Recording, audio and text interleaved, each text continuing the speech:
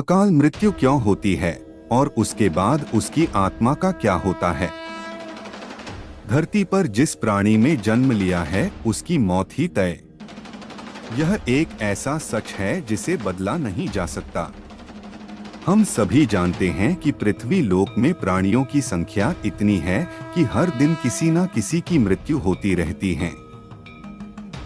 जाहिर से बात है कि हर मनुष्य को मोक्ष प्राप्त नहीं होता। इनमें से कुछ ऐसे भी होते हैं जिनकी आत्मा सदियों तक पृथ्वी लोक में ही रह जाती है।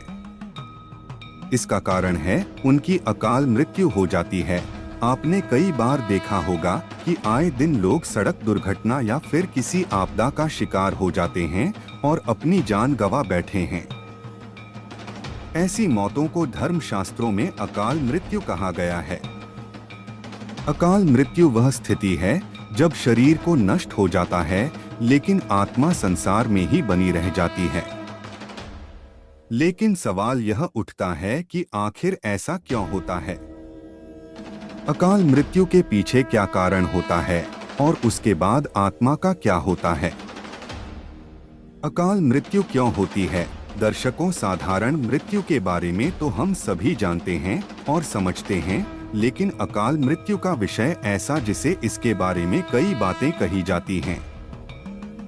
गरुड़ पुराण के 7 अध्याय में लिखा गया है कि अगर कोई प्राणी भूख से तड़प कर मर जाता है या किसी हिंसा जानवर दोबारा मृत्यु हो जाती है या फिर जहरीला पदार्थ सेवन करने से या फिर पानी में डूबने से अगर किसी मनुष्य की मौत हो जाती है तो ऐसे मनुष्य को अकाल मृत्यु के श्रेणी में रखा जाता है।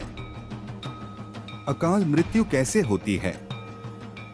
दोस्तों, अकाल मृत्यु किसी कारण से हो सकती है, फिर चाहे वह किसी रोग के कारण हो या दुर्घटना के कारण। ऐसे में मनुष्य अक्सर यही सोचता है, ओ काश ये उनके साथ नहीं हुआ होता तो शायद इसकी मृत्यु नहीं होती। गरुड़ पुराण में विष्णु जी के वाहन गरुड़ राज ने श्री हरि से यह प्रश्न पूछा था कि जब वेदों में मनुष्य की उम्र 100 साल निश्चित की गई है तो उनकी अकाल मृत्यु क्यों हो जाती है।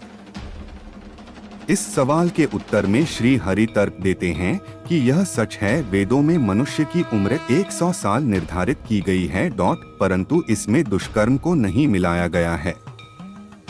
यानी हर इंसान की मृत्यु तभी होती है जब उसके पास धर्म कार्यों के लिए शक्ति नहीं होती है या फिर उसका शरीर उसे धर्म कार्य करने की इजाजत नहीं देता। इसके अलावा जब कोई इंसान अपनी इच्छा से धर्म कार्यों को त्याग देता है तो पृथ्वी पर उसके जीवन की अवधि कम होती जाती है। देखा जाए तो हर इंसान का कर्म होता है, उसका धर्म होता है। ऐसे में इंसान की मृत्यु तब होती है जब उसके पास अपने इन कर्मों को निभाने की शक्ति यह इच्छा नहीं होती। इंसान की उम्र भले ही 100 साल हो लेकिन अपने कर्मों के जरिए वह अपनी उम्र को खुद ही नष्ट करता चला जाता है। वेदों का ज्ञान न होने से मनुष्य जान ही नहीं पाता कि वह कब कुकर्म करता जाता है। अब बात आती है कि अकाल मृत्यु के बाद आत्मा का क्या होता है। गरुड़ पुराणे आगे विष्णु जी यह भी कहते हैं कि मनुष्य के जीवन के 7 चक्र निश्चित है। ऐसे में अकाल मृत्यु को प्राप्त होने वाले जो मनुष्य इस चक्र को पूरा नहीं कर पाते उसे मृत्यु के बाद भी कई प्रकार के कष्ट भोगने पड़ते हैं। दरअसल अचानक ही मृत्यु होने की वजह से मनुष्य की इच्छा, कामना और तृष्णा बनी रहती है जो कभी पूरी नहीं हो पाती। ऐसे में शरीर तो नष्ट हो जाता है लेकिन आत्मा का मोह नहीं छोड़ता। इस स्थिति में अकाल मृत्यु वाली आत्माएं अपने परिजनों यह जीवित लोगों को भ्रष्ट पहुंचती है और अपनी मनोकामनाएं पूरी करने का भी प्रयास करती है। गरुड़ पुराण में बताया गया है कि प्राकृतिक मौत से मरने वाले मनुष्य को 3, 10, 13 या 40 दिन में दूसरा शरीर प्राप्त हो जाता है, जबकि अकाल मृत्यु व्यक्ति भूत, प्रेत, पिशाच, कुष्मांडा, ब्रह्म, राक्षस, बेताल और छत्रपाल योनि में भटकता रहता है। उनकी आत्मा को आसानी से शांति नहीं मिलती। आपको बता दें कि अकाल मृत्यु में आत्महत्या को सबसे निचले दर्जे पर रखा जाता है। मृत्यु के कितने दिन बाद जन्म मिलता है? ग्रंथों की दृष्टि से यह एक घिनौना कृत्य है। भगवान विष्णु जी ने गरुड़ पुराण में इसे ईश्वर का निरादर और अपमान कहा है। वह कहते हैं कि आत्महत्या करने वाले मनुष्य की आत्मा पृथ्वी लोक पर तब तक भटकती रहती है जब तक कि वह प्रकृति द्वारा निर्धारित अपने जीवन चक्र को पूरा नहीं कर लेती। ऐसी आत्मा को ना तो नरक लोक में जगह मिलती है और ना ही स्वर्ग लोक में। ऐसी आत्मा को मरने के बाद भी सबसे कष्टदायी स्थिति से गुजरना पड़ता है।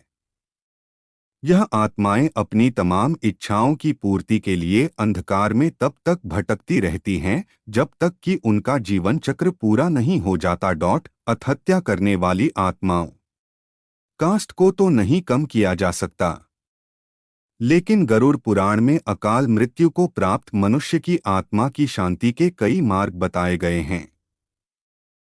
आत्महत्या करने वाली आत्माओं कास्ट को तो नहीं कम किया जा सकता, लेकिन गरुड़ पुराण में अकाल मृत्यु को प्राप्त मनुष्य की आत्मा की शांति के कई मार्ग बताए गए हैं। अकाल मृत्यु से बचने के लिए मंत्र भगवान विष्णु बताते हैं कि से मनुष्य परिजनों को नदी या तालाब में तर्पण करना चाहिए। साथ ही मृत आत्मा की इच्छा की पूर्ति के लिए पिंडदान और दान पुण्य जैसे सत्कर्म करने चाहिए ताकि उनकी आत्मा को जल्द ही मुक्ति मिल सके।